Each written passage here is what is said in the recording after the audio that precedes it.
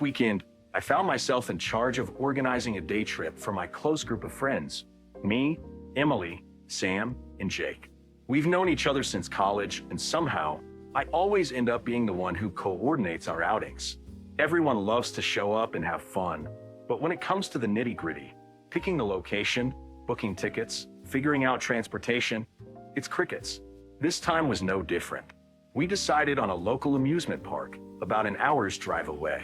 I took care of everything, scoured for discounts on tickets, scheduled when we'd meet, even mapped out the parking situation. It took hours. Nobody even asked if I needed help. I didn't mind at first. I like being organized, and honestly, if I don't step up, nothing happens. But by the time I had everything squared away, I was starting to feel a bit annoyed. I hadn't even gotten a thank you text. On the day of the trip, we met at Sam's place to carpool. While we were loading up the car, I let everyone know how much they owed me for the tickets. It was $45 each. Emily handed me a $50 bill and told me to keep the change since she didn't have smaller bills. I didn't argue. Sam paid me through a transfer app, and Jake said he'd send me the money later, which I already knew meant I'd have to chase him down for it. Classic Jake. The day went off without a hitch. Everyone had a blast, and I didn't complain once about being the de facto tour guide. I navigated us through the park, planned which rides to hit first, even found a spot for us to eat that wouldn't completely drain our wallets.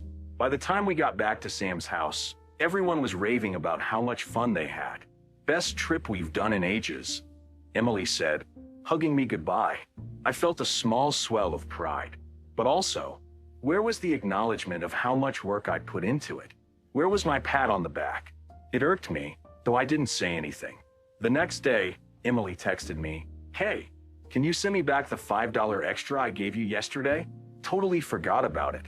I stared at the message for a second, then scoffed. Really? She wanted her $5 back? After everything I did? That money felt like a tip, a small token of appreciation for all the effort I'd poured into making sure everyone had a good time. I replied, "Sure, no problem," but I didn't send it. Not right away.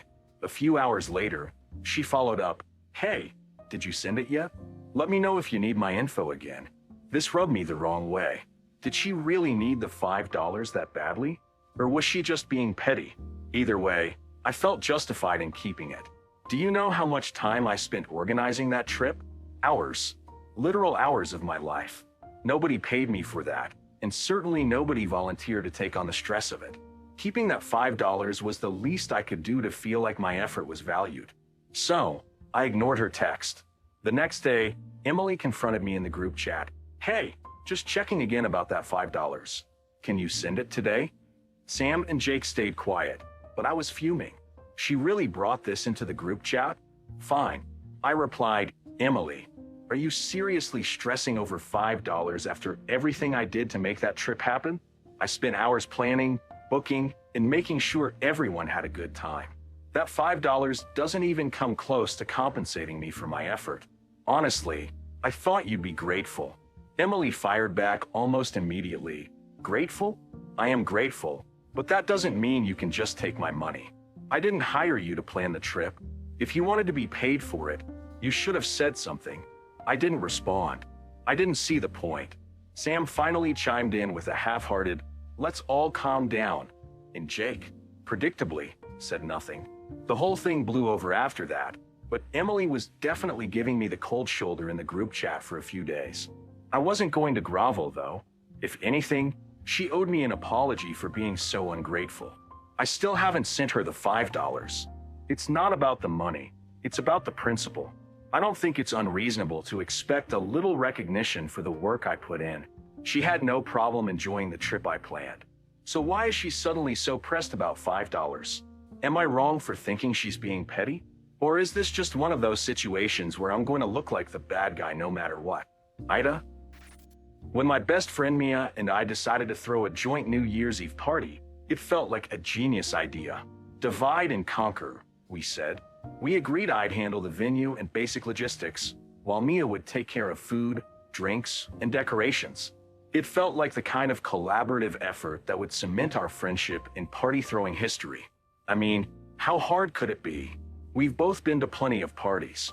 We knew what worked: booze, music, and a place to dance. I figured everything else would just fall into place.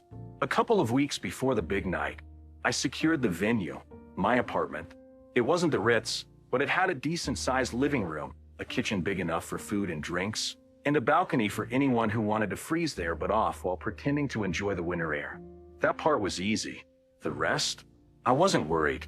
I bought some plastic cups and a cheap Bluetooth speaker from a clearance rack, mentally patting myself on the back for my resourcefulness. As far as I was concerned, my checklist was complete. Mia's handling the fun stuff, I told myself. I didn't even bother asking for updates. She's reliable. She'll handle it. A few days before the party, Mia texted me, "How's everything on your end?" I glanced at the text, smirking at how confidently I could reply, "All good. Got the essentials covered. How about you?"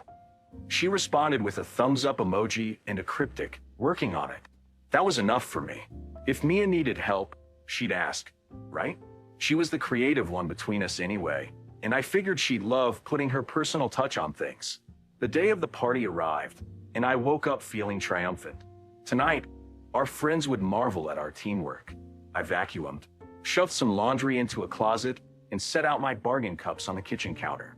I even strung a sad little strand of Christmas lights along the living room wall. It looked, well, minimal. But that's where Mia's decorations would come in, right? By 5 p.m., I started getting antsy. Mia wasn't there yet, and I hadn't heard from her all day. I called her. "Hey, what's up? When are you coming over?" I asked, trying to keep my voice casual. "Oh, I thought you were coming to pick me up," she said, sounding confused. "I have all the stuff here." "What stuff?"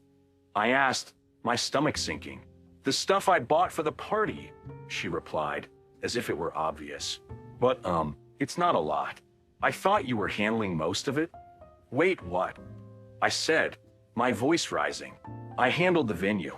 You said you were doing food and decorations?" "I got a veggie platter," she shot back defensively, "and like 2 bottles of Prosecco. What about music and games? I assumed you had that covered." "Games? Games? Why would I handle games? And I got a speaker."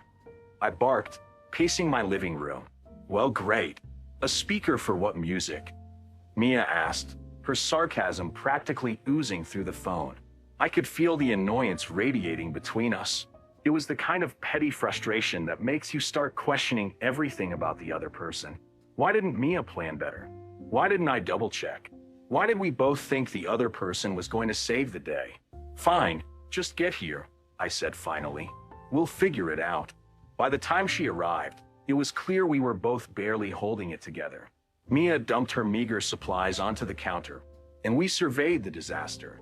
2 bags of tortilla chips, the aforementioned veggie platter, and a tub of generic hummus. The Prosecco sat there like a cruel joke, as if it were enough to make this whole mess classy. The decorations? A sad pack of metallic streamers and a single roll of crepe paper. That was it. I couldn't help myself. "This is what you came up with?" I asked, incredulous. Mia rounded on me. "Excuse me? You've got some nerve. I thought you were handling all the big stuff. You couldn't even get decent snacks?" "Oh, I'm sorry," I snapped.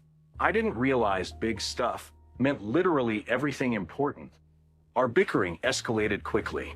Every little thing became an attack. For my choice of cups. "Seriously? You didn't even get wine glasses?" To her lack of foresight, you couldn't think to bring more than 2 bottles of Prosecco? Who is this for, us? By the time guests started arriving, the tension was palpable. People trickled in, taking in the underwhelming setup with polite smiles. A few jokes were made about the minimalist theme, but it was clear everyone was disappointed. The music was too quiet, the food was gone within an hour, and the drinks ran out shortly after. People left early, and by midnight, it was just me and Mia sitting on the couch in silence, surrounded by empty cups and crumpled crepe paper. Finally, she sighed. "This is kind of your fault, you know?" I blinked at her, stunned. "My fault? Are you serious?" "I did my part. You're the one who dropped the ball." "Your part was lazy at best," she shot back. "You didn't even care enough to check in with me. If you had just—" "Oh, give me a break, Mia," I interrupted. You said you were working on it, and I trusted you. How is that my fault? We went back and forth for a while, each refusing to budge. I don't even remember how the argument ended. At some point, she grabbed her coat and left, slamming the door behind her. I sat there alone, staring at the mess we'd made, both literally and figuratively. Looking back, I'm not sure what went wrong. Our communication, our assumptions, or just plain laziness on both sides. All I know is that we both felt let down and blamed the other for it. So now I'm asking, AITA? It all started with good intentions, as most messes do. Lisa, my neighbor, and I had this informal agreement about the tiny strip of garden space between our driveways. It wasn't much, a few shrubs, a bird feeder we'd set up together last spring, and the rogue clump of daisies that refused to stay within its designated boundary. When Lisa suggested we take turns maintaining it, I thought, why not? It seemed easy enough. Every other week, we'd prune the shrubs, refill the bird feeder, and occasionally yank out the weeds that loved to creep in. It was a small task, a neighborly thing to do. At first, I was on top of it. One Saturday, I even stayed out there an extra hour pulling dandelions out by the roots, while Lisa brought over lemonade and joked about how our little patch of green was practically Eden compared to the rest of the street. We laughed about the neighbor down the road who'd let his lawn turn into a jungle and patted ourselves on the back for being the responsible ones. Then life happened. Work picked up, I started going to the gym after hours, and by the time I got home, the last thing I wanted to do was wrestle with a rake or bend over pulling weeds. I told myself it wasn't a big deal if I skipped a week. Lisa could manage on her turn. After all, she had more free time. She worked part-time and was always outside tinkering with her plants anyway. It's not like she'd even notice if I missed a round, right? Except she did. The first time, she didn't say anything outright. When I walked past her a few days later, she just smiled thinly and said, "Hey, I took care of the garden this week. Thought maybe you were busy." The guilt hit me, but only for a second. I thanked her and promised I'd get to it next time.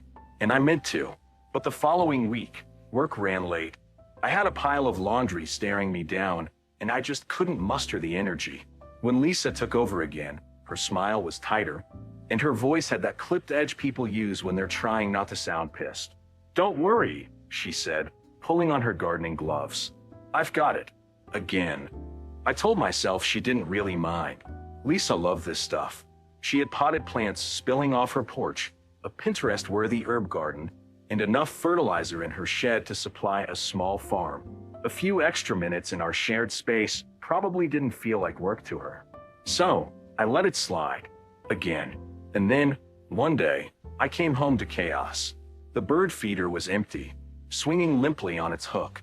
Weeds choked the daisies, and the shrubs looked like they hadn't seen a pair of clippers in months.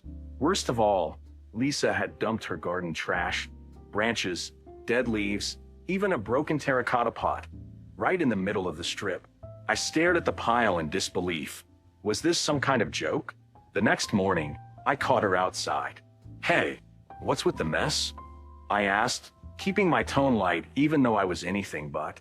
Lisa didn't even look up from her trowel. "Oh, that? Thought you'd appreciate the artistic touch. You know, since we're letting things go wild now." I blinked. "I've been busy, Lisa. I thought you understood that." She stood up and brushed dirt off her hands. "And I've been covering for you. But if you don't care, why should I?" That's when things started to unravel. I took her words as a challenge. The next time it was my turn. I didn't bother cleaning up. In fact, I added to the mess, dragging out some old flower pots and dumping them near her pile. I figured if she wanted to play this game, I could play too. When Lisa saw it, she didn't say anything. She just escalated. She let the weeds grow waist-high and stopped watering entirely. By midsummer, the space looked like something out of a post-apocalyptic movie. Our Eden had become a battleground, each of us digging in our heels and blaming the other. We stopped speaking directly, opting instead for passive-aggressive comments lobbed over the fence. "Must be nice not to care," she'd mutter while watering her front yard, making sure not to spill a drop on the shared strip. "Oh, sorry," I'd reply loudly while parking my car. I didn't realize laziness was contagious. The tension boiled over one evening when I came home to find Lisa standing in the middle of the garden with a trash bag.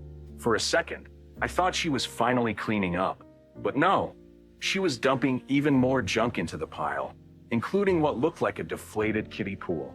"What the hell, Lisa?" I shouted. "Are you serious right now?" She spun around, her face red. "Serious? Oh, you want to talk about serious? How about seriously shirking your responsibilities for months while I pick up the slack?" I crossed my arms. Maybe if you hadn't started treating the garden like a landfill, I'd feel more inclined to help. "Oh, please," she snapped. "You gave up on this place long before I did. I'm just following your lead." We stood there, yelling over each other, pointing out every fault, every missed chore, every perceived slight. It wasn't about the garden anymore. It was about all the little resentments we'd let fester, disguised as overgrown weeds and forgotten birdseed. Eventually, we both stormed off in opposite directions. The garden remained untouched, a silent witness to our pettiness. Now I look at it and wonder if we were both wrong, or if one of us truly started it. Maybe I should have just asked for help instead of assuming Lisa would pick up the slack. Maybe she should have talked to me instead of retaliating with her own mess. Either way, here we are, with a patch of green turned into a wasteland and a neighborly friendship in ruins. AITA? There's a particular rhythm to silence when you're holding your breath and hoping someone else doesn't notice. It's like the air itself is aware of your discomfort, buzzing faintly in your ears as if mocking your ability to appear normal. That was the exact sensation I got every Sunday dinner after Jonah started coming around. My daughter, Lily, thought the world of him, her face lighting up whenever he walked into the room. But there was something about Jonah's presence that felt like nails dragged over an invisible chalkboard. It wasn't anything overt, at least not at first. He was polite enough in words, offering hello and thank you. But there was a vacuum around him that I couldn't quite name. The first time it happened was pizza night. The simple plan: grab a few pies, settle on the couch, and watch whatever movie Lily had been raving about that week. When I came home, balancing boxes that smelled of grease and melted cheese, Jonah barely looked up from his phone. "We got pepperoni," I announced, half expecting a smile, or at least some vague acknowledgement. Instead, he mumbled something about needing to go, stood up, and walked out the door without so much as a goodbye. I stood there, blinking at the door as it swung shut behind him. The silence stretched on until Lily shrugged and said he probably wasn't hungry, as if that explained everything. The second time was worse. Lily's birthday dinner at this cozy Italian place downtown, all warm lights and chatter. Jonah was invited, of course. He ordered a plate of spaghetti carbonara, nodding enthusiastically when the waiter recommended it. But as the night went on, I noticed his plate sat untouched. He kept excusing himself, disappearing into the bathroom for what felt like ages, and when he returned, he'd just sit there, hands in his lap, staring at the tablecloth. I leaned over to Lily, whispering, "Is he feeling all right?" But she brushed me off, muttering, "He's fine. Just drop it, Mom." Fine wasn't exactly the word I'd use for someone spending half the night in a restroom while his food went cold. By the third incident, I couldn't take it anymore. We were out for burgers after a long day at the park, everyone's stomachs growling loud enough to rival the chatter of the small diner. Jonah didn't even glance at the menu. "I'm good," he said when the waitress came by, folding his hands neatly on the table, as if that was a perfectly normal thing to do at a place where the air smelled like sizzling meat. The rest of us ate, trying to ignore the awkward tension his silence created. He just sat there, watching, or maybe not watching, but it felt like he was, and that was enough to set my nerves on edge. Later, when I brought it up to Lily, she finally confessed. "He has issues eating in front of people, okay? It's like a thing." Her tone was defensive, as if daring me to say something cruel. But the thing was, I didn't want to be cruel. I wanted to understand. "Why didn't he say anything?" I asked, trying to keep my voice steady, but she just rolled her eyes and walked off, muttering something about how I wouldn't get it. I thought about it for days after that, about how Jonah never explained himself, how he let Lily fight his battles, and how his presence during meals turned something as simple as eating into a performance I hadn't signed up for. It wasn't his fault, not entirely, but it wasn't fair either. When I finally told Lily he didn't need to come over during mealtimes anymore, she looked at me like I'd kicked her dog. "You're discriminating against him," she spat, the accusation sharp enough to make me flinch. I tried to explain, to tell her it wasn't about his phobia, but about how his silence swallowed the room whole, making me feel like an unintentional villain for daring to eat in my own home. She wouldn't hear it. "You'd never do this if he had a real disability," she said, slamming her door before I could reply. I spent that night staring at the ceiling, replaying the conversation in my head, wondering if she was right. Maybe I was being unfair. But there was also a part of me, a quieter, more stubborn part, that insisted I wasn't asking for too much. Everyone deserves to feel comfortable in their own home, don't they? Even if that means drawing boundaries that others might not understand. When I saw the signed vinyl on the shelf, I didn't think twice. It was just sitting there, untouched, gathering dust. My brother Max had always been kind of obsessive about his music collection, but this one had been on the shelf for years. He'd probably forgotten about it, honestly. It wasn't even displayed prominently, just tucked between a couple of generic records. No protective sleeve, nothing that screamed priceless. So when I realized I'd promised to bring a unique centerpiece for Emily's music-themed party, my mind instantly went to the vinyl. A signed copy of Rumors by Fleetwood Mac? That was the perfect conversation starter. I grabbed it off the shelf without a second thought. Max wasn't home, but I figured it wouldn't matter. I'd bring it back before he even noticed it was gone. He had, like, hundreds of records. One less for a day or two wouldn't kill him. Besides, it wasn't like I was stealing it. I was borrowing it. For the greater good, even. People at the party would love it, and Max would probably be flattered that his collection had gotten some admiration. The party was amazing, by the way. Emily had outdone herself. She had strung vinyls up like chandeliers, and everyone was supposed to bring their own music-related treasure. When I showed up with the Fleetwood Mac album, people swarmed around me. "Is this real?" "It's signed." I had to tell the story about Max finding it in some record shop hole in the wall, which he told me 100 times, so I could recite it like it was my own. Everyone gushed over how cool it was. Even Emily, who's usually hard to impress, said it was the highlight of the night. So yeah, I was feeling pretty good about myself. Then, disaster struck. I'd propped the album up on the snack table because, it deserved to be seen. Somewhere between the chips and the guacamole, someone spilled their drink. The red wine traveled fast, pooling under the record before I could stop it.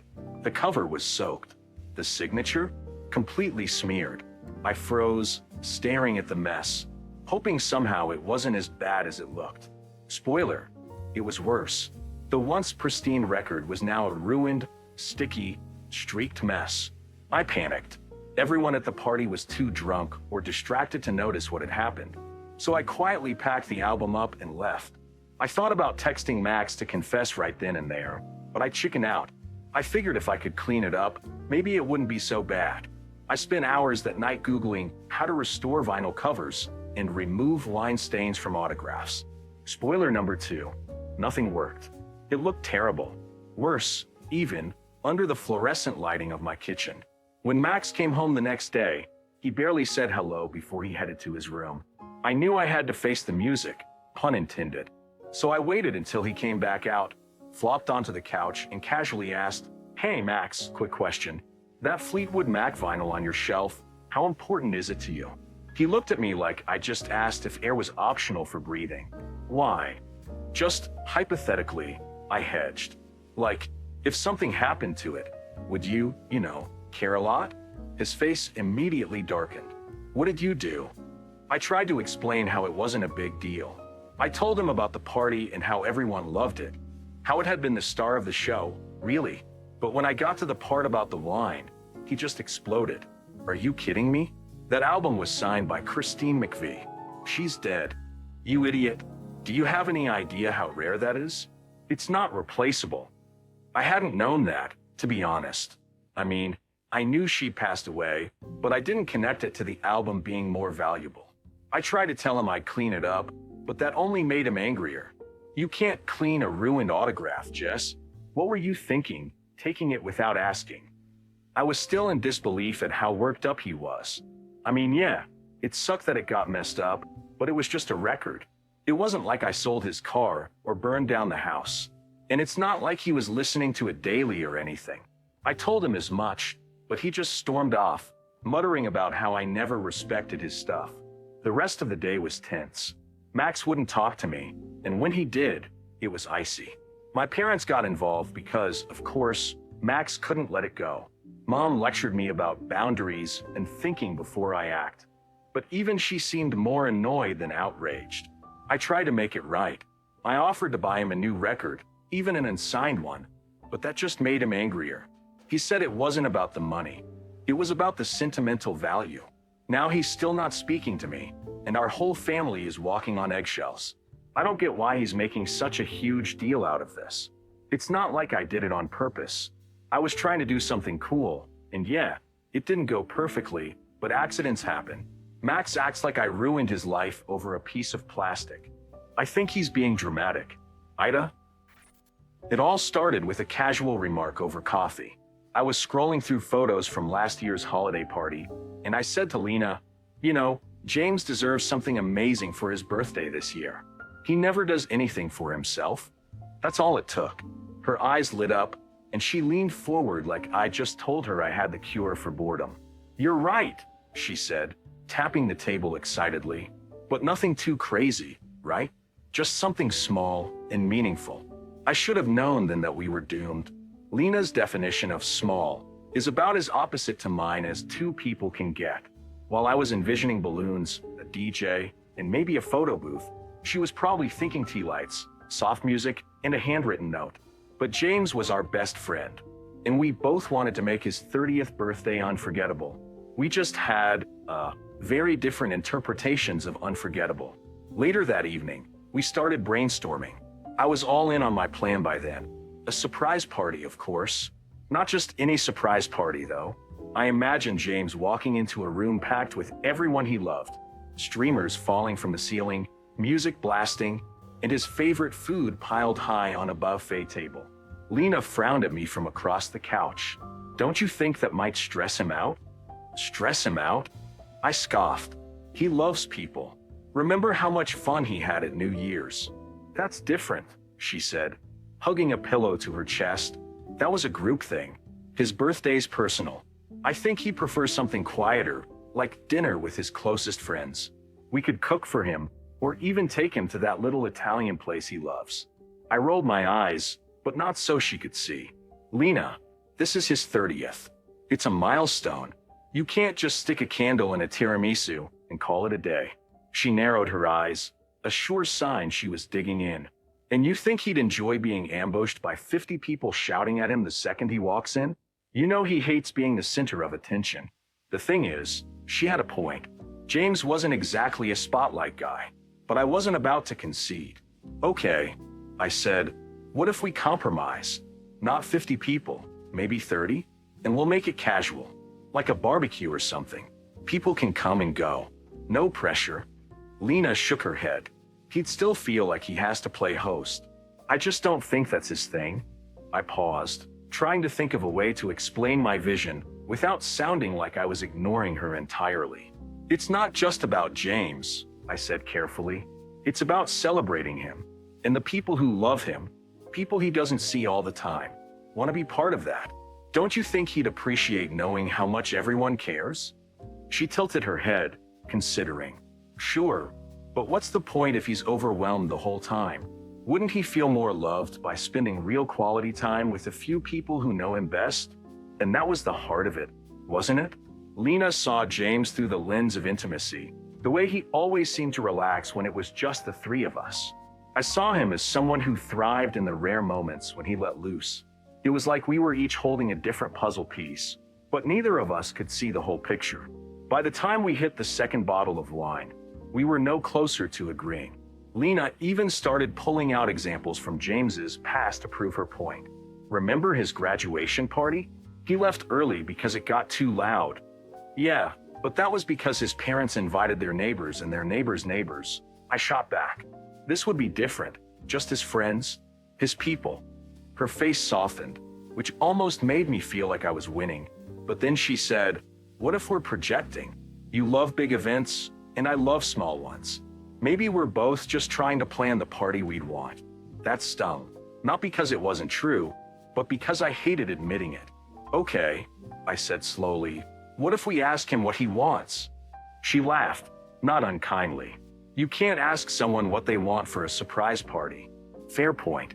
Eventually, we decided to sleep on it. But the next morning, I couldn't let it go. I called our mutual friend, Rachel, who knows James almost as well as we do. Do you think he'd prefer a big party or something smaller? I asked. Rachel's answer was maddeningly neutral. Honestly, either. He's pretty easygoing, as long as it's thoughtful. Not helpful, Rachel. Thanks. I floated the idea of the party to a few of James's other friends. They were into it. Who wouldn't be? But then Lena went rogue and texted James's sister, who was firmly on team intimate dinner. He'll never say it, but he gets really anxious in crowds, she told Lena. By the end of the week, we were practically running 2 competing campaigns. Lena was gathering allies for her cozy dinner plan, and I was rallying support for my grand event. We weren't exactly fighting, yet, but there were definitely some passive-aggressive digs. Like when she said, "I'm sure your plan would be great for someone who likes parties," and I shot back, "I guess your way works if you're okay with boring." We hit a breaking point when I suggested combining the two. What if we do dinner first, and then surprise him with the party afterward? Do you even hear yourself? Lena asked, exasperated. You can't plan an intimate dinner and then spring a crowd on him. That's worse than just doing the party outright. Fine, I snapped. Let's just not do anything then. Her eyes widened, and for a second, I thought she might actually throw something at me. That's not what I meant, and you know it. Eventually, we managed to hash out a compromise. We'd do the dinner Lena wanted, but we'd also invite a slightly larger group, more than her original 5-person guest list, but not quite the rager I'd imagined. She agreed to let me set up a few surprise elements, like a video montage of friends who couldn't make it. It wasn't perfect, but we both walked away feeling like we'd won at least a little. The night of the party, James looked genuinely touched. He even got teary-eyed during the video. Afterward, he hugged us both and said, "This is perfect.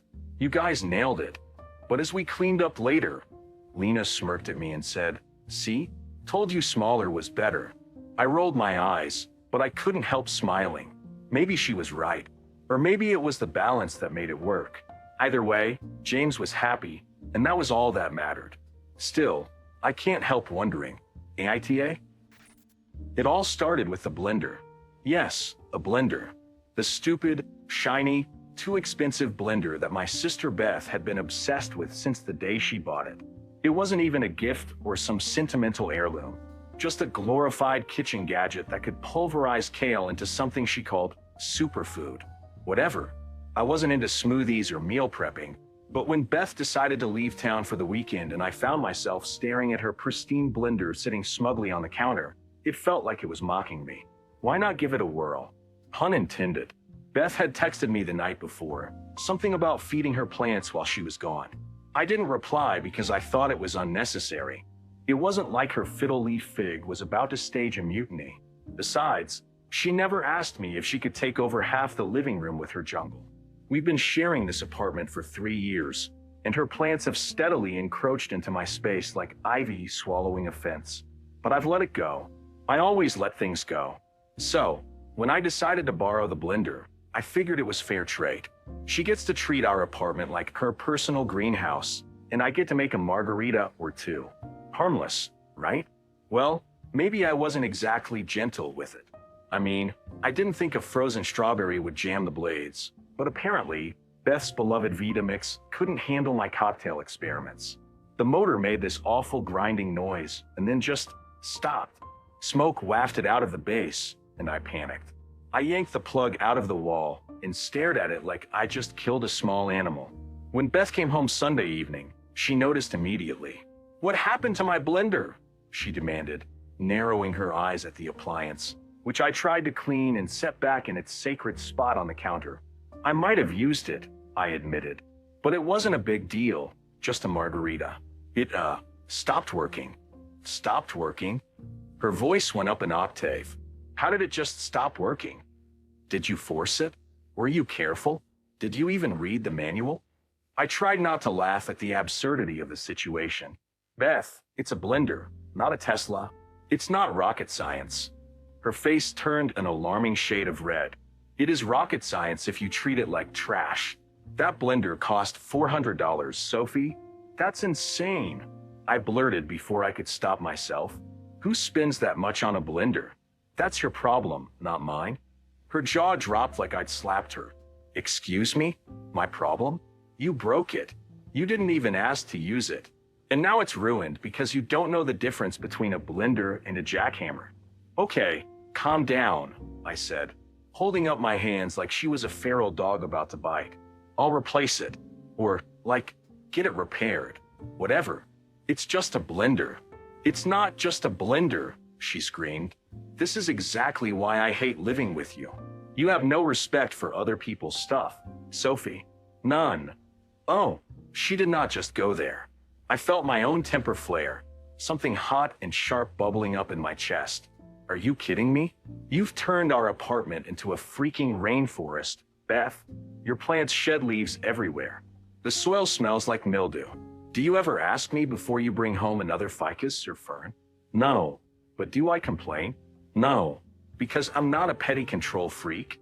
She crossed her arms, glaring at me like I was some kind of ungrateful monster. My plants don't break anything. They don't ruin appliances that cost half my paycheck. You don't get to compare the two. Oh, so now you're keeping score? I shot back. Fine. Let's talk about the time you borrowed my jacket and spilled coffee all over it. Did you even apologize? No. You just tossed it in the wash and hoped I wouldn't notice. And what about my earrings that went mysteriously missing after your last date night? Huh. That's not the same, she barked. And don't act like you're some innocent victim here. You leave dirty dishes in the sink for days. Days? Sophie. And your shoes? They're everywhere. The hallway, the living room, the bathroom. Do you even know how to pick them up? I scoffed, shaking my head in disbelief. This is about a blender, Beth. A stupid blender. Not my shoes or your plants or the dishes. You're blowing this way out of proportion. And you're refusing to take responsibility, she snapped back. You ruined something of mine, Sophie, and you don't even care. I said I'd replace it. I yelled, my voice echoing through the apartment. What more do you want? Blood? A handwritten apology? A sacrificial goat? She glared at me, her eyes blazing with fury. I want you to grow up. The words hit me like a slap, leaving a sting that burned long after they landed. I opened my mouth to fire back something equally cutting, but I couldn't think of anything. I just stood there, frozen, while she grabbed her keys and stormed out of the apartment. She didn't come back that night. When she finally did, the next morning, we didn't say a word to each other. I left for work before she could start round two, and when I got home, there was a shiny new blender on the counter. A model cheaper and less fancy than hers. She bought it herself. Now we're in this Cold War phase, barely speaking except for passive-aggressive remarks about boundaries and respect. She thinks I don't care about her stuff, and I think she cares too much. Neither of us will budge. AITA? Last night, my partner Jamie and I did what we do every Tuesday after dinner. The great Netflix debate. If you're in a relationship, you probably know how this goes. One person wants to laugh until their stomach hurts. The other wants to stare into the void of humanity's dark soul while piecing together some mind-bending mystery. I'll let you guess who's who. We were sitting on the couch, my laptop balanced on my knees and Jamie holding the remote like it was a sacred artifact. The remnants of our taco night lingered in the air, a mix of cumin, lime, and frustration. Okay, Jamie started, scrolling with determination. We need something fun, like really fun. My brain is soup after this week. I glanced up from my laptop and squinted. Jamie's idea of fun usually involved ridiculous rom-com plotlines or a sitcom where every problem magically disappeared after 22 minutes in a heartfelt hug. Sure, I said, trying to sound agreeable but already feeling defensive. But we don't have to turn our brains off every night. What about something thought-provoking? You know, a show that actually makes you think? Jamie rolled their eyes so dramatically I thought they might sprain something. Because nothing says winding down like existential dread. Not existential dread, I argued, though I didn't totally mean it. Just something with stakes and depth. You didn't hate Breaking Bad. That's because it had funny moments. And you liked Parks and Rec, didn't you? Sure, but that was different. It had heart. And it wasn't just goofy for the sake of being goofy. Jamie sighed, and I could feel the great Netflix debate teetering toward open war. Okay, compromise. Let's each pick 3 shows. We'll watch the trailers, and we'll pick something together like civilized people. I didn't trust the glint in Jamie's eye, but I agreed. We were partners, after all, and this wasn't a hill worth dying on. Probably. Jamie's first pick was a sitcom about a group of eccentric 20-somethings trying to navigate life in the big city. The trailer had rapid-fire jokes, quirky background music, and more hijinks than I could stomach. At one point, a character tripped over a cat while carrying a cake, and Jamie howled with laughter. See? Harmless. Fun. No one's getting murdered or plotting revenge.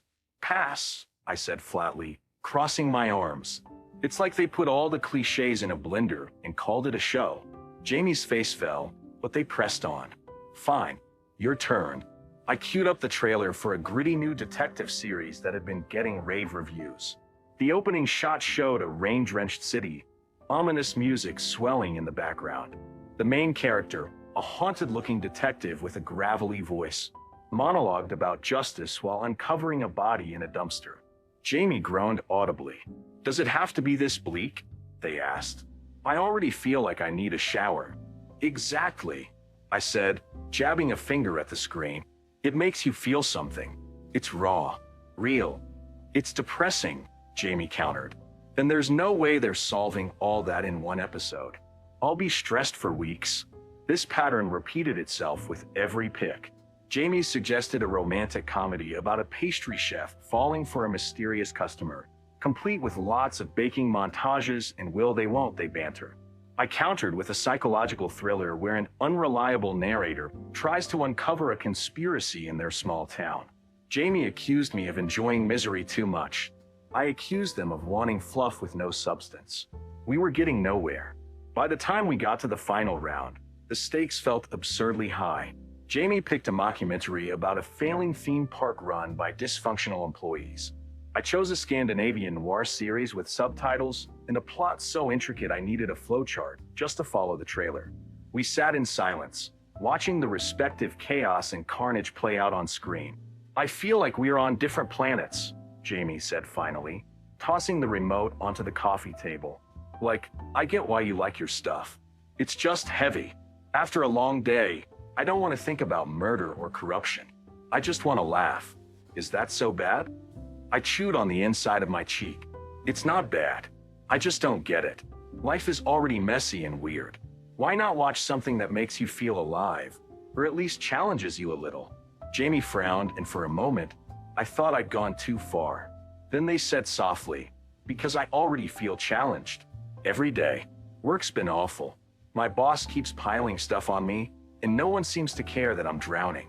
I want to forget all of that for a little while. The guilt hit me like a ton of bricks. I hadn't realized how much Jamie had been carrying. I'm sorry, I said quietly. I didn't know.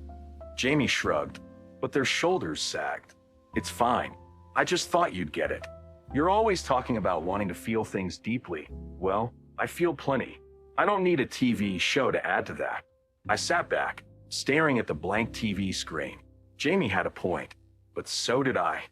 Watching something light and carefree felt like sticking my head in the sand, pretending the world wasn't on fire. At the same time, maybe my obsession with dark, complex stories was just another way of trying to control chaos. Either way, we were stuck. So, now what? Jamie asked after a long pause. I guess we keep looking, I said, though I was starting to think this wasn't really about TV anymore.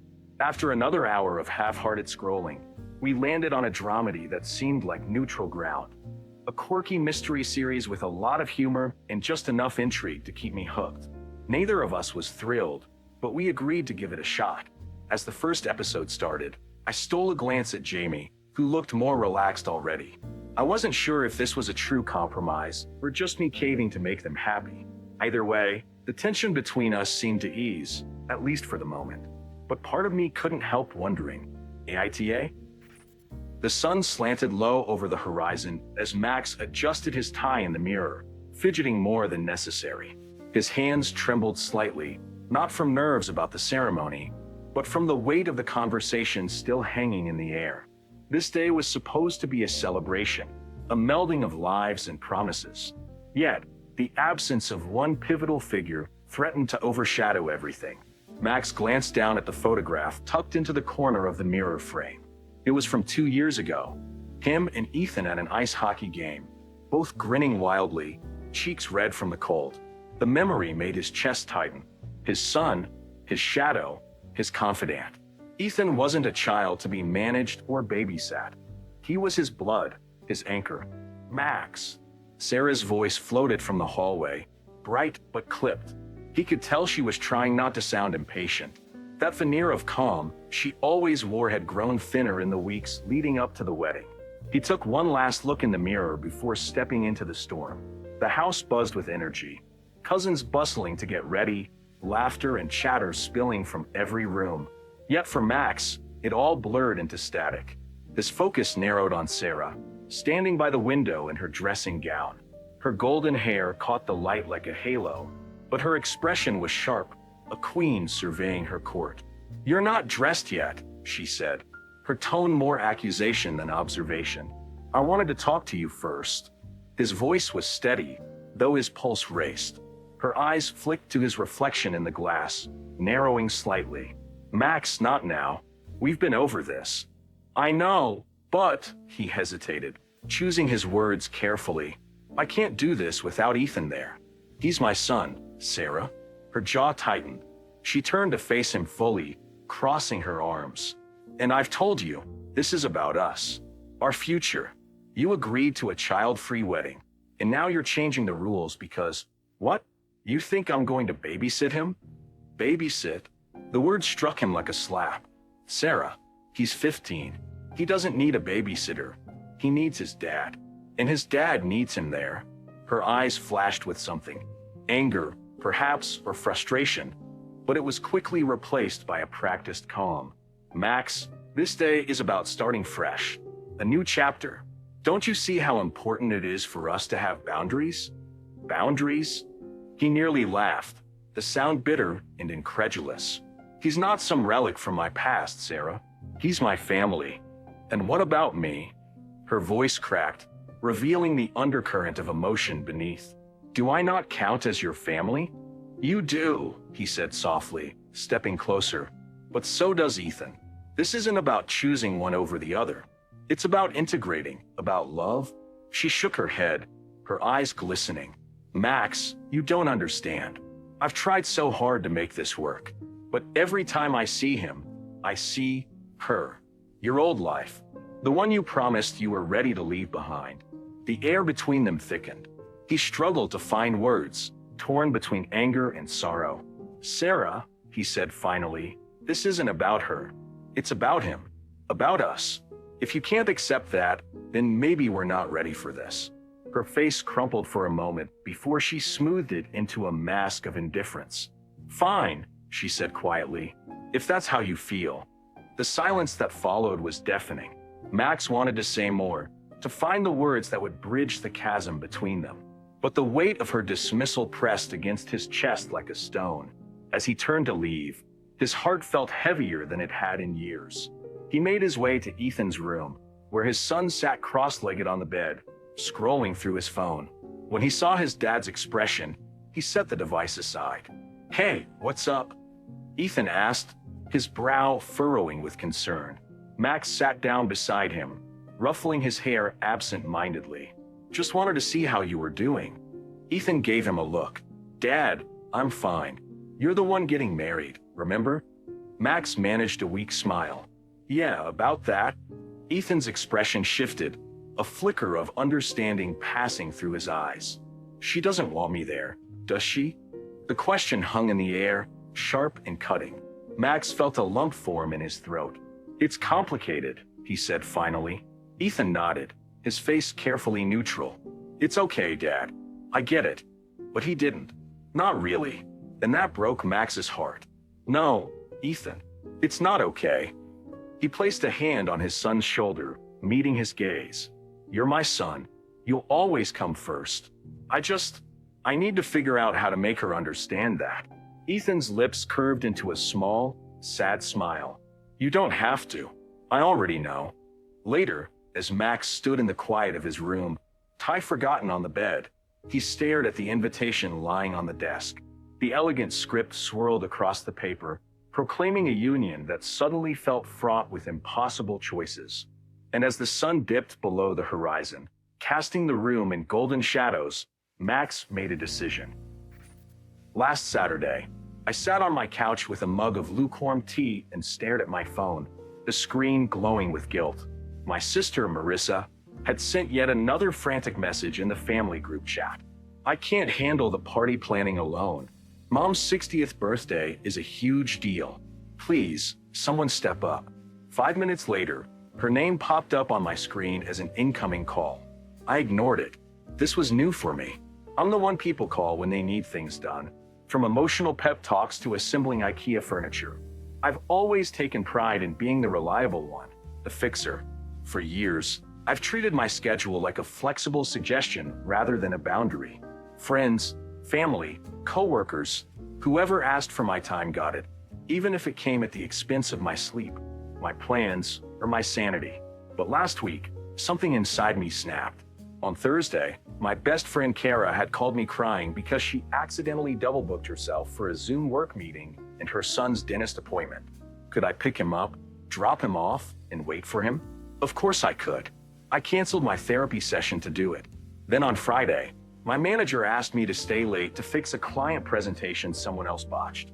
I agreed, pushing my dinner plans to next week. That same night, I got home, microwaved a frozen dinner, and collapsed onto my bed fully clothed. I felt empty, like a gas tank long past E. When Marissa's messages blew up my phone on Saturday, something stopped me. Maybe it was the week catching up with me.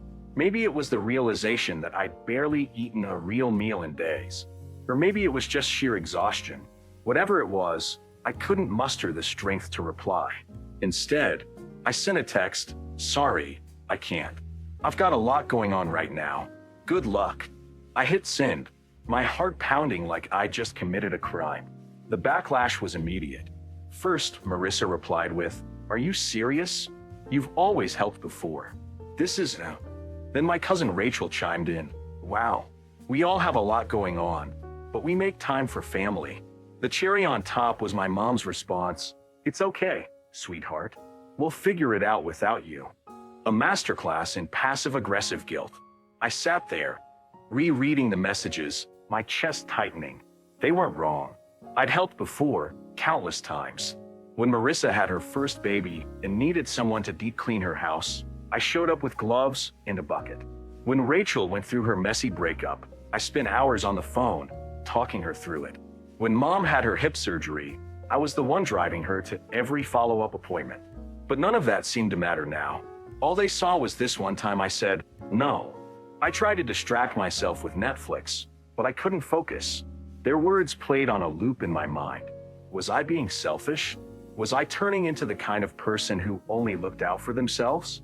I'd always judged people like that, the ones who put themselves first without a second thought. I didn't want to be like them, but then I thought about all the times I put my needs on the back burner. The dinners I skipped, the plans I canceled, the therapy sessions I missed. For what? To be the hero in everyone else's story? I didn't reply to any of their messages that day. The guilt ebbed and flowed, but so did something else, a quiet, unfamiliar sense of relief. I ordered takeout, something indulgent and greasy, and binge-watched a show I'd been meaning to watch for months.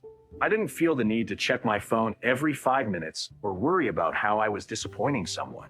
It was bliss in a strange, uneasy way. Sunday morning, I woke up to a voicemail from Mom. Marissa told me you're feeling overwhelmed. I hope you know we love you, but family's supposed to be there for each other. Call me. Her voice was soft, but carried the weight of years of expectations. Family. Be there. Each phrase was a pinprick. By the time Monday rolled around, I couldn't avoid it any longer. Marissa called me during lunch, and I answered. "Hey," I said, bracing myself. "Hey," she replied, her voice cold. "So, are you coming Saturday or not?" "I'm not," I said, keeping my tone steady. "I need a break, Marissa. I've been running on empty for months. I can't keep showing up for everyone else if I'm falling apart." There was silence, then a scoff. "Wow," she said. "You're really making this about you, huh?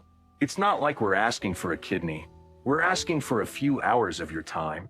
"It's not about the hours," I said, my voice trembling. "It's about the fact that I've been giving and giving, and no one even notices when I need something. When's the last time you asked how I was doing?" Marissa sighed loudly, the kind of sigh that says, "You're being ridiculous. You're unbelievable," she said. "Forget it. We'll handle it without you." She hung up, and I stared at my phone, my appetite gone. I wanted to scream, to throw something, to call her back and make her understand. But deep down, I knew it wouldn't matter. To them, I'd always be the dependable one. And the moment I stopped, I'd become the villain. Now, days later, the fallout is still simmering. Rachel unfollowed me on Instagram. Mom's texts are painfully polite. Even Kara, who usually has my back, said, "Maybe you could have handled it differently." I'm starting to wonder if I made the wrong call. Should I have sucked it up and helped, just like always? Or is it okay to finally draw a line, even if it hurts the people I care about? AITA? It started as a simple idea, a cozy, intimate gathering to mark a milestone in my life. After months of pandemic monotony, I wanted to create something warm and personal, something that didn't feel like yet another scroll through social media highlights. The plan was to host a dinner party at my apartment, curated down to the tiniest details. Candlelight, soft jazz in the background, a menu I'd spent weeks perfecting, and a guest list of just the right mix of friends who, in my mind, would harmonize perfectly. I envisioned laughter drifting over clinking glasses, inside jokes weaving through the conversation like old songs. The key word was balance. But then came her, my cousin Emily. Emily is a lot. She's not a bad person. She's just the kind of person who becomes the focal point of any room she enters, whether you like it or not.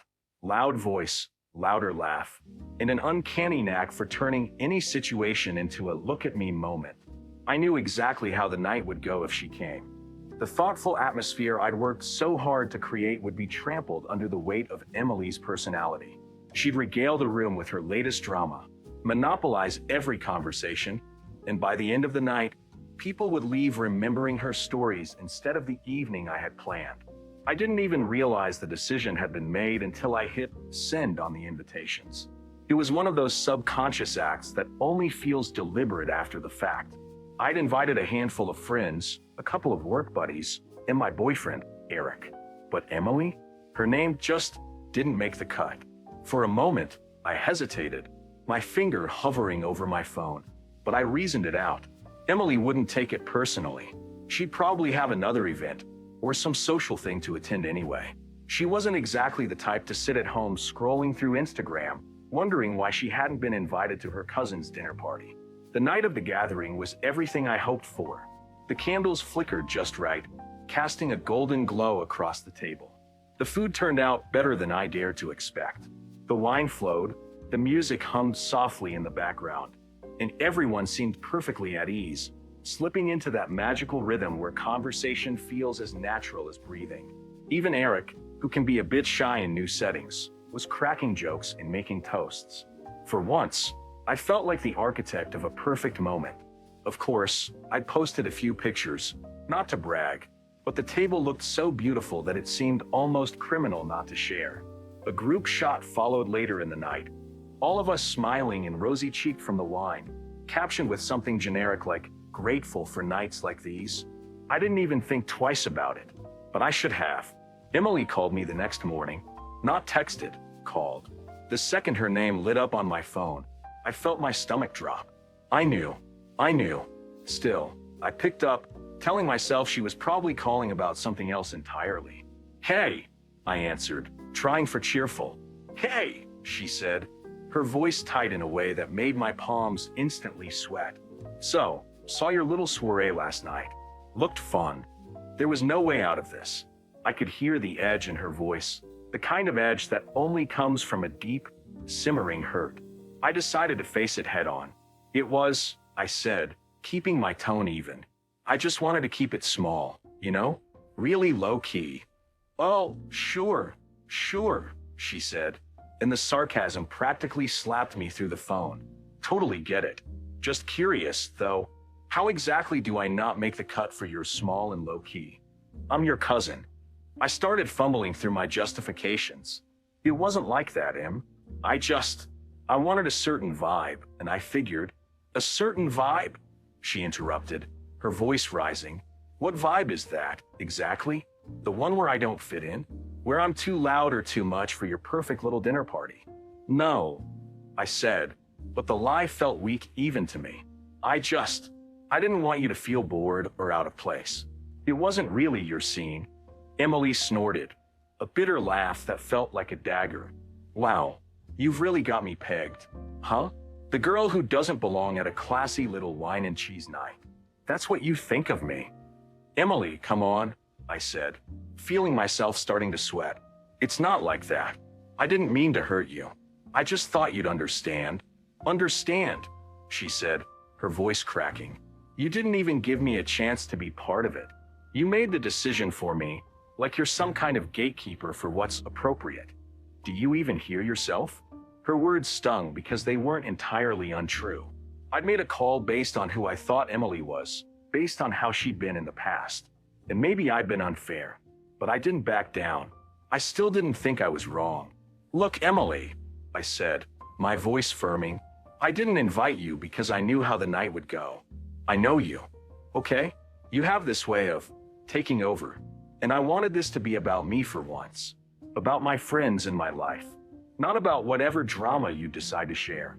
There was a long silence on the other end of the line. Then, finally, she said, wow, okay, thanks for clearing that up. She hung up before I could respond. It's been a week, and she hasn't called or texted since. I know she's mad, and I know I hurt her, but I can't bring myself to feel guilty. The night was perfect, exactly how I wanted it to be. If she'd been there, it wouldn't have been the same. I'm sure of that. So now I'm left wondering, was I really wrong? Or was this one of those necessary choices people make when they're trying to protect their own happiness? AITA? It all started as a dumb idea. One of those fleeting thoughts you have while staring at your coffee cup on a slow Tuesday morning at work.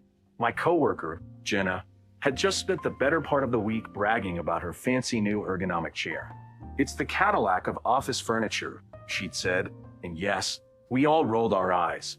Jenna wasn't a bad person, just a little too proud of her stuff. So, when she went to lunch and left her precious chair unattended, I decided to have some fun. I swapped it with one of the old, beat-up chairs from the storage closet. The thing squeaked like a dying squirrel and had one armrest hanging on by a thread. It was harmless, right? A little office prank to bring her down a peg. Jenna came back and immediately noticed. What the? Her voice went up an octave as she poked at the tattered seat. Everyone else in the office stifled giggles, but Jenna didn't look amused. She sniffed the air dramatically and said, "Oh, so this is funny to you guys?" I thought she'd get over it, but she spent the rest of the afternoon muttering and shooting me dirty looks. I figured she was just being dramatic. It was a chair. The next day, my monitor wouldn't turn on. After 10 minutes of fiddling with cables and silently cursing the IT gods, I noticed a sticky note on the back. Oops, looks like your screen is on vacation. Jenna, smiley face. She'd unplugged everything and taped the cords out of sight. Okay, touche. I laughed it off and texted her. Nice one. Guess I deserved that. I thought we were even, but Jenna wasn't done. The following morning, I opened my drawer to find it stuffed with confetti. And not the fun, big kind. This was the glittery, impossible to clean kind. It took me a solid hour to get it all out, and even then, my desk looked like a unicorn had exploded. By now, the whole office was in on it, watching us like we were gladiators in some petty prank war arena. They egged us on, sending us articles about epic office pranks and suggesting ideas that ranged from mildly annoying to borderline illegal. So, I decided to up my game. One of Jenna's quirks was her obsessive labeling of everything. Her pins, her stapler, even her mug. She once yelled at someone for using her Jenna-only Post-its. So, one night, I stayed late and printed out 100 labels that said, "Property of Jenna," and stuck them on everything in the office. The fridge, the microwave, the copier. By the time she walked in the next morning, her name was on every item in sight. The office erupted in laughter. "Jenna? Not so much. Really? This is what you do with your free time?" she snapped, peeling her name off the water cooler. Her voice had that tight, brittle edge, like she was holding back something sharper. She didn't say much else that day, but her silence felt heavier than any comeback. Then came the emails. At first, I thought they were legit, random promotional junk that kept landing in my inbox.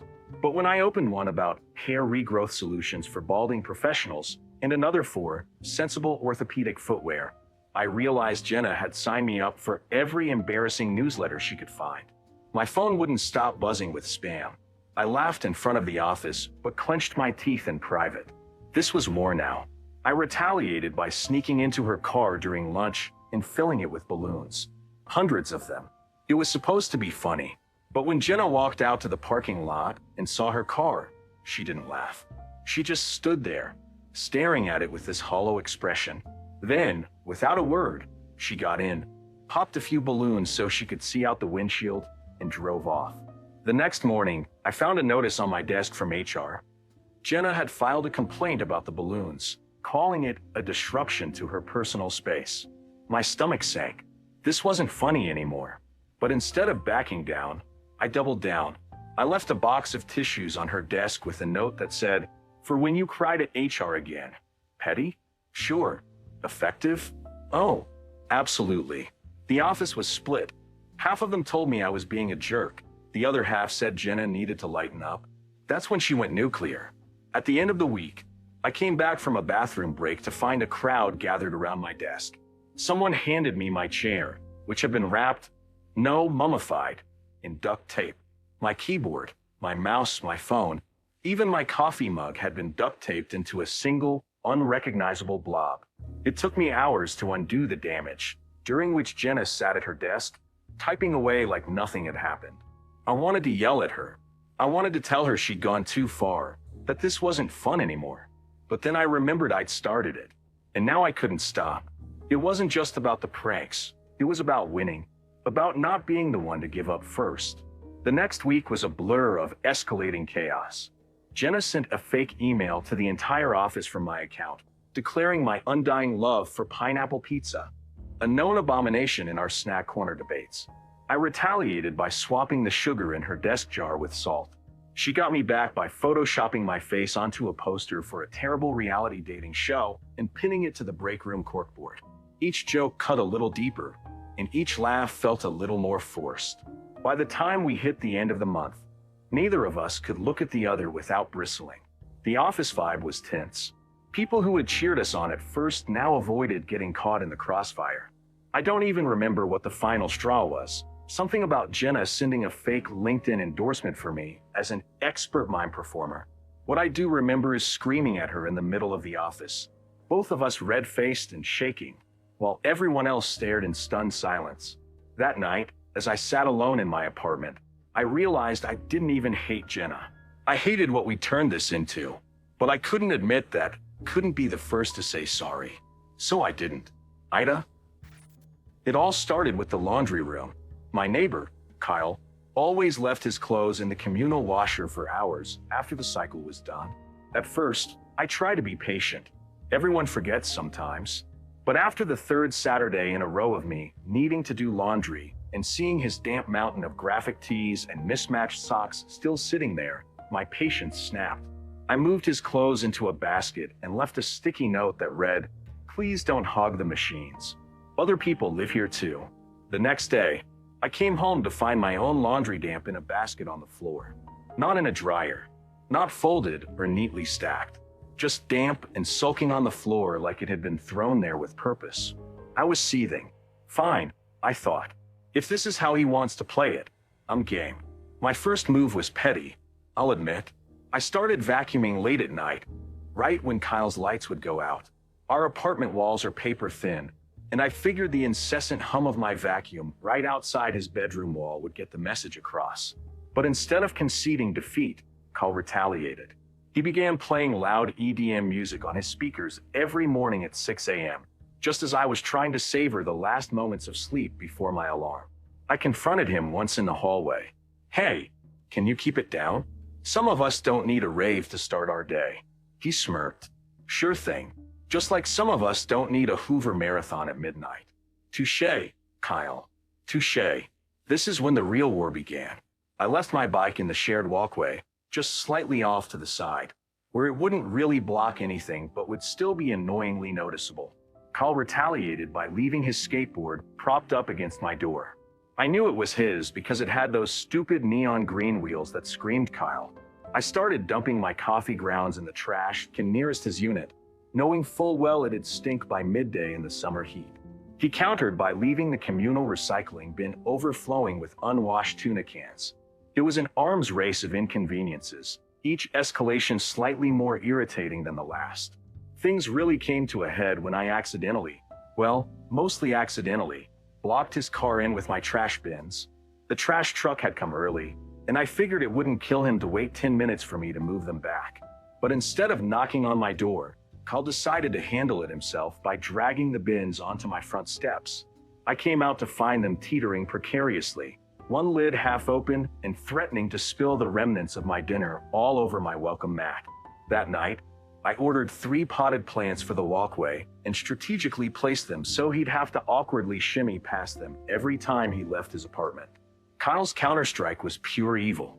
One morning, I walked out to find my car windshield covered in sticky notes, each one scribbled with a cheerful little reminder like, "Don't forget to smile today," and "Have you done your laundry yet?" The notes weren't damaging, but peeling off dozens of pastel squares before work while the neighbor across the street stared in amusement felt like a new low. We stopped speaking entirely after that. The passive-aggressive notes and territorial posturing became the language of our feud.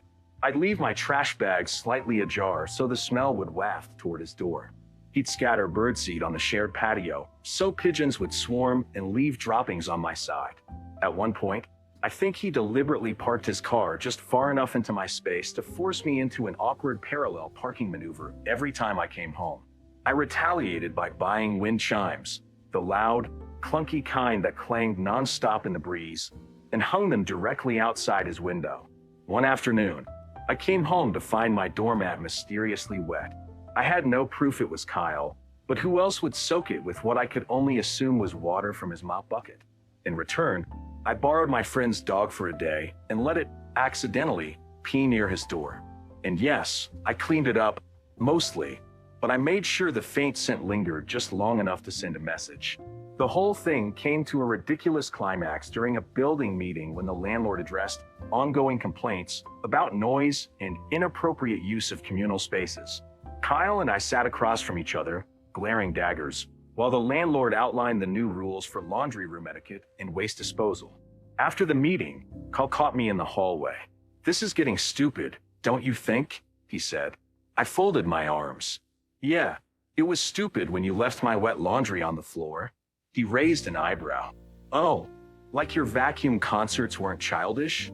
There was a moment of silence, just the hum of the hallway light buzzing between us. For a second, I thought maybe we'd call a truce. Maybe we'd both realize how absurd the whole thing was and agree to live like normal, functional adults. But then Kyle smirked. "By the way, you missed a sticky note on your rear window." I slammed my door shut before I could say something I'd regret. Later that night, I turned my wind chimes so they faced his window again. So now here I am, typing this out while wondering if I've completely lost the moral high ground. I feel like Kyle's antics are worse, but maybe I've crossed some lines too. It's not like we're throwing punches or anything, but the constant back and forth is exhausting, and I'm starting to wonder if I'm partially to blame for it escalating. AITA?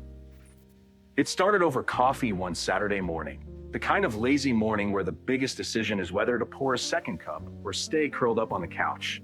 We were planning our first real vacation since moving in together, and the excitement hung in the air like the scent of freshly brewed beans. The possibilities felt endless, but as it turned out, so were the differences in our ideas of a perfect getaway. I was thinking Costa Rica, I said, pulling up pictures on my phone. The screen lit up with snapshots of vibrant rainforests, misty volcanoes, and zip-lining adventures. We could hike through the cloud forests, see sloths in the wild, maybe even kayak in the mangroves. You lost me at hike, Alex said, their tone warm but unmistakably firm. They leaned back, cradling their mug like it was an extension of their soul. What about the Maldives? Just imagine it, turquoise water, white sand, no schedule. You could finally relax. Doesn't that sound amazing?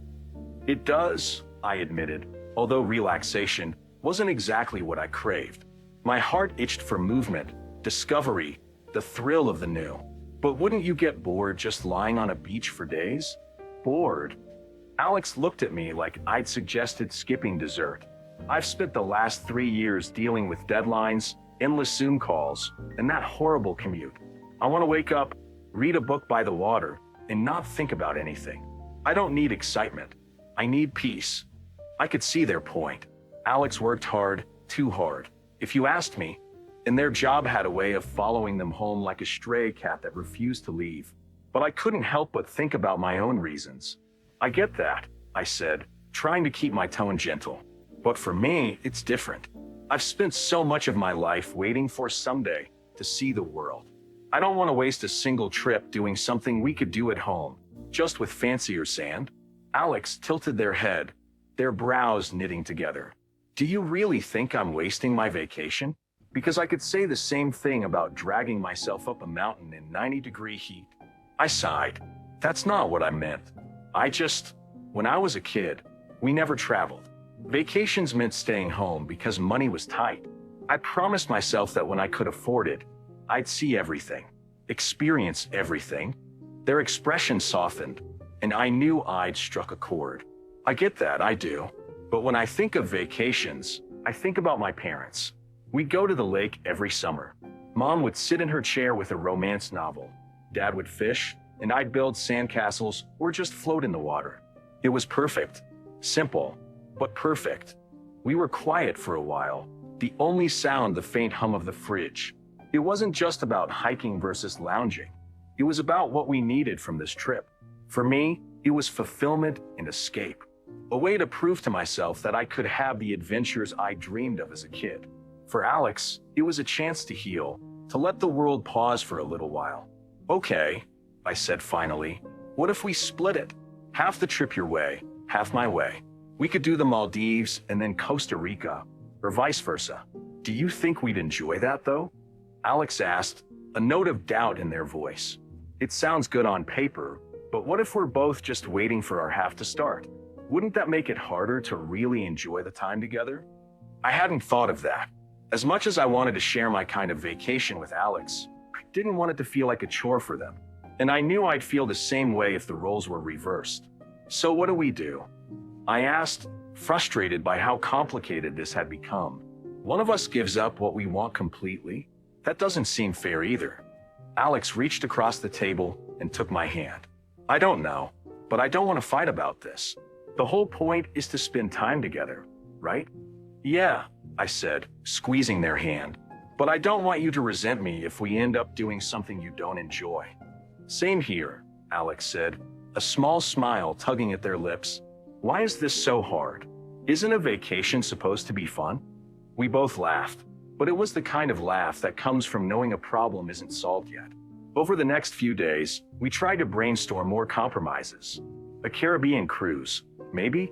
But Alex wasn't keen on the crowds, and I didn't love the idea of being confined to a boat. Maybe we could find an all-inclusive resort with nearby hiking trails?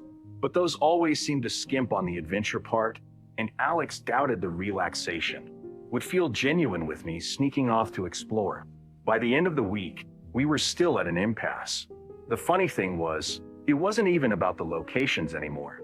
It was about what the trip meant to each of us and the fear that if we chose wrong, we'd lose the chance to really connect. I kept thinking about something Alex said, the whole point is to spend time together. It echoed in my mind like a song I couldn't shake. But how could we do that if one of us spent the trip secretly wishing for something else? And how could I ignore the tug in my chest? The feeling that this trip had to be something extraordinary. So here I am, typing this out and wondering if I'm overthinking everything. I want to make Alex happy, and I know they feel the same. But is compromising really the answer if neither of us gets what we truly want?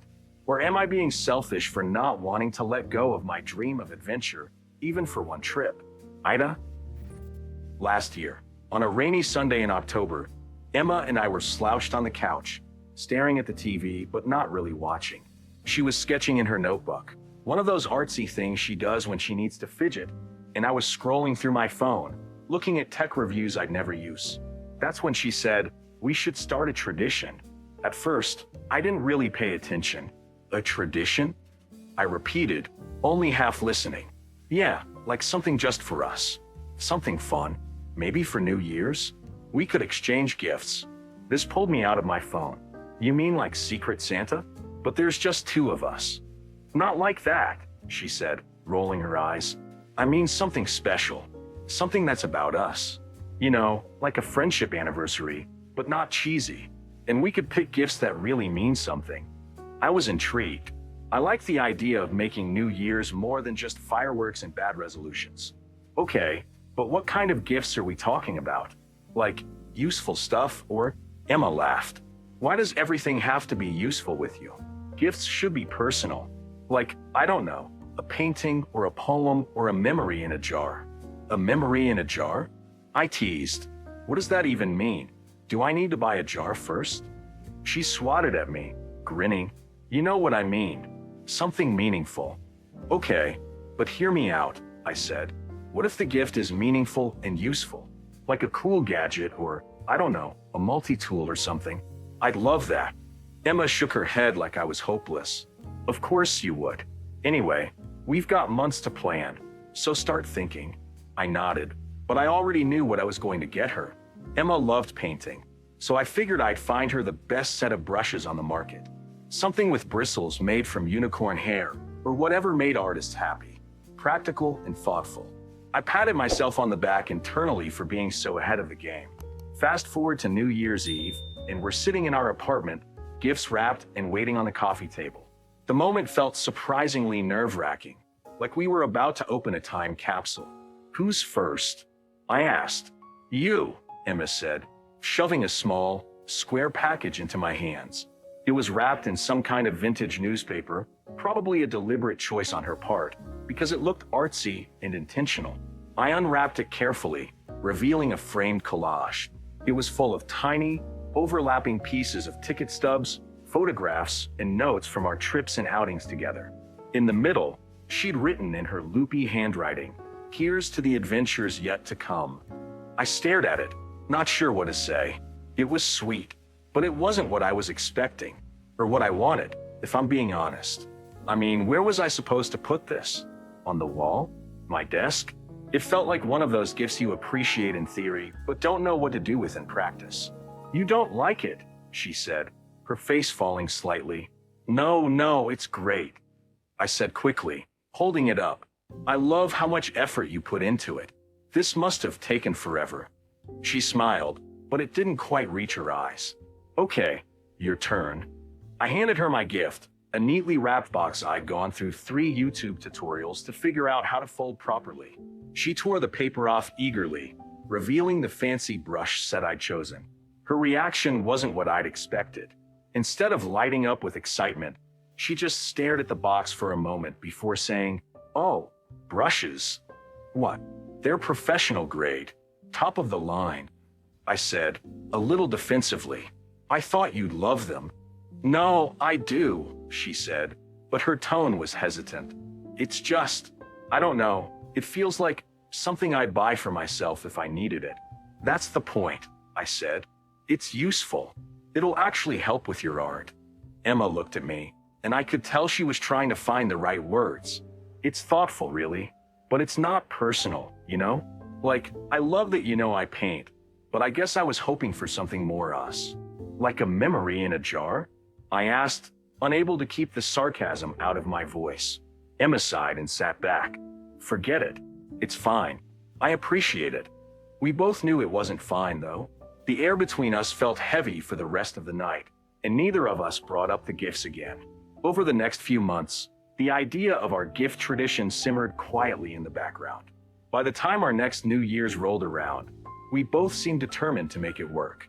I decided to take her advice and aim for something more personal, while Emma promised to meet me halfway and think about practical gifts.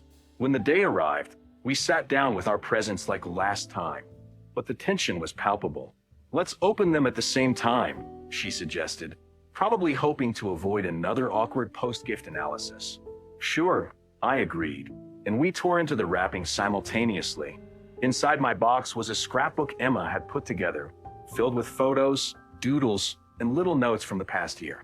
It was undeniably beautiful and personal, but again, not practical. I wasn't sure what to do with it beyond flipping through it once and putting it on a shelf. Emma opened her gift to find a sleek, high-tech portable easel I'd researched for weeks. Her reaction was almost identical to the previous years. Polite appreciation, but no real excitement. We sat there, staring at our gifts, neither of us saying anything for a moment. Finally, Emma broke the silence. "I think we're doing this wrong." I sighed. "You think?" "It's like we're speaking different languages," she said. "You're over here trying to solve problems I don't have, and I'm over here trying to give you feelings you don't want." "That's not wrong," I admitted, "but I don't get it. If you like sentimental stuff, why wouldn't you like the brushes? They're for your art. And if you like practical stuff, why wouldn't you like the scrapbook? It's full of memories." We laughed at how absurd it all sounded, but the frustration lingered. It wasn't about the gifts, really. It was about the fact that we couldn't seem to align on what mattered most. This year, we're debating whether to keep the tradition alive or scrap it entirely. Part of me wants to give it another shot, but the other part wonders if we're just setting ourselves up for disappointment again. After all, how do you bridge a gap when both sides are trying their best but still missing the mark? AITA,